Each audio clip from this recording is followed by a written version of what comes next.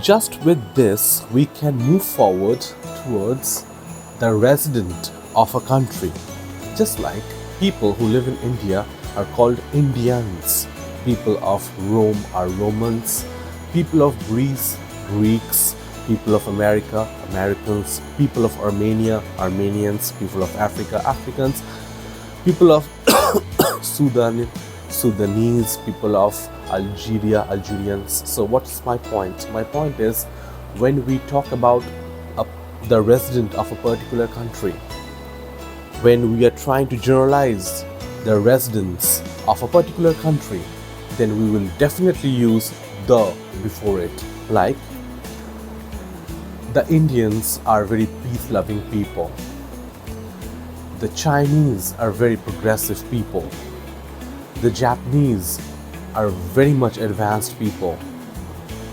These are just for examples. Please don't go deep into every example. Just notice that the precedes when we generalize the residents of a particular country. The Greeks were great warriors. The Romans were great architects. The Indians were great architects. Just like these. Now let's talk about surnames. Maybe that you have a neighbor, Mr. and Mrs. Smith. Maybe you have another neighbor on the left side of your apartment. They are Mr. and Mrs. You can take anything. Cruz, maybe. Cage, maybe.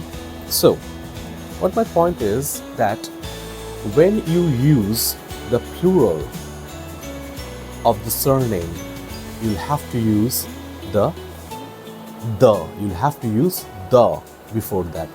Let's take an example. I have invited the Smiths for dinner today. I have invited the Smiths for dinner today.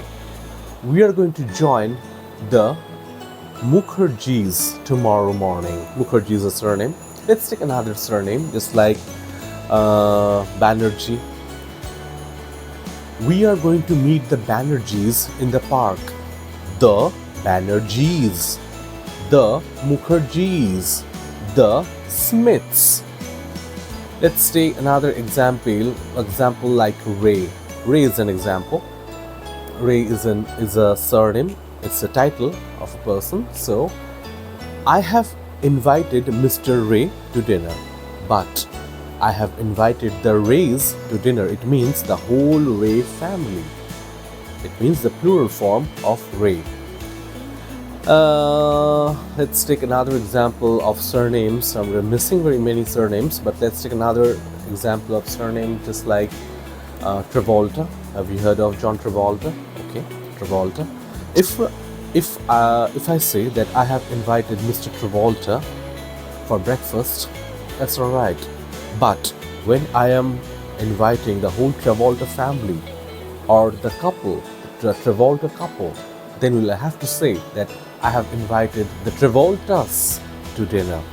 The Smiths are on the third floor. Mr. Smith is on the third floor, but the Smiths are on the third floor. So you'll have to use the when you use the plural form of the surname. We know that there are many ranks that are still in place in today's world. Many of them are obsolete, redundant. So let's come to that part. Titles like king, queen, emperor, empress, czar, the Russian heads of the state, czar, erstwhile though, czar. The female form, the female form or the feminine form is Tsarina, and duke, the female form, the feminine form, duchess, captain, sultan, the Muslim Badshahs, sultan. So, what I'm trying to say is, when we talk about them without their names, just title, no name, then we'll have to use the before that. The emperor has just arrived. The Sultan will come tomorrow. The Duchess has made a proclamation. The Duke will be anytime, at any moment here. The captain has selected the team. Have you noticed this thing? The captain, the duke, the emperor, the czar has spoken.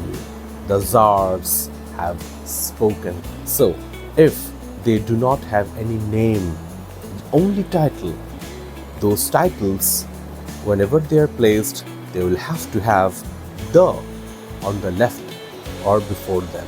But when we put a name, we just add a name to that title. Duke Orsino, Emperor, let's go to Empress, Empress Razia, Sultana Razia, Emperor Malfi, Duchess Fiodera, Finola, any name. Whenever you add a name to that, then there will be no there will be no article before that. So when we say that the captain has chosen the team, but when we use a name after the captain, Captain Steve has chosen the team, we cannot say the Captain Steve. The is applicable only there is a nameless designation.